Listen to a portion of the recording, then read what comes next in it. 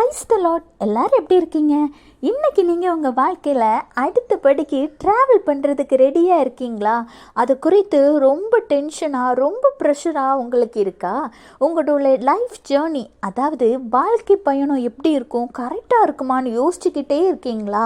சில சூழ்நிலையின் காரணமாக ஃபேமிலியை விட்டு தூர தேசத்திற்கு போகிறீங்களா? இல்லை புது ஜாபில் ஜாயின்ட் ஆக போகிறீங்களா? இல்லைன்னா ஏதோ ஒரு சூழ்நிலையின் காரணமாக ஹாஸ்பிட்டலோ இல்லை இன்னொரு இடத்திற்கோ போகிறதுக்கு தயாராகிக்கிட்டு இருக்கீங்களா?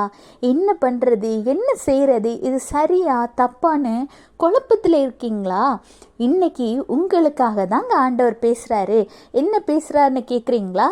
Genesis chapter 28 verse 15, I am with you and will watch over your whatever you go, and I will bring you back to this land. I will not leave you until I have done what I have promised you. ஆதியாகமம் 28:15, நான் உன்னோடே இருந்து நீ போகிற இடத்திலெல்லாம் உன்னை காத்து இந்த தேசத்துக்கு உன்னை திரும்பி வர பண்ணுவேன். நான் உனக்கு சொன்னதை செய்யும் அளவும் உன்னை கைவிடுவதில்லை என்றார். பார்த்தீங்களா ஆண்டவர் உங்ககிட்ட என்ன சொன்னார், என்ன பேசினாருன்னு? உங்களுடைய குழப்பத்துக்கும் கவலைக்கும் டென்ஷனுக்கும் பதில் கிடச்சிட்டு தானே? நம்ம லைஃப்ங்கிறது கடலில் போகிற படகு போலங்க.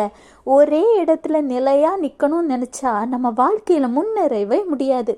கப்பல் போகிறது போல் நம்மளுடைய வாழ்க்கை இலக்கை குறித்து ஆண்டவர் ஒரு சித்தம் வச்சுருப்பார். அதை நோக்கி நம்ம வாழ்க்கை பயணித்து கொண்டே தாங்க இருக்கும். இடையில் காற்று வரலாம், புயல் வரலாம், மழை வரலாம், வெயில் வரலாம். என்ன வந்தாலும் ஆண்டவராகிய இயேசு கிறிஸ்து உங்கள் கூட உங்கள் படகுல இருக்கும் பொழுது எது குறித்தும் பயப்படாதீங்க, கலங்காதீங்க. நீங்கள் போகிற இடத்துல எல்லாம் உதவிக்கு ஆள் இல்லைன்னு நினைக்காதீங்க. உங்களை காத்து பாதுகாக்க ஆண்டவராகிய இயேசு கிறிஸ்து இருக்கிறாரு. பைபிளில் எலியா தீர்க்கதரிசியை தேவன் காகத்தை கொண்டு போஷித்தாராம். அப்படி காகத்தை கொண்டு போஷித்த தேவன் இன்று உங்களையும் உங்கள் குடும்பத்தையும் உங்கள் தேவைகளை அறிந்து ஆண்டவர் போஷிக்க மாட்டாரா? ஏன் நம்பிக்கை இழக்கிறீங்க? விசுவாசத்தோடு இருங்க. ஆண்டவர் சொன்னதை செய்யும் அளவும் உங்களை கைவிடவே மாட்டாருங்க. Have a blessed day. Jesus bless you.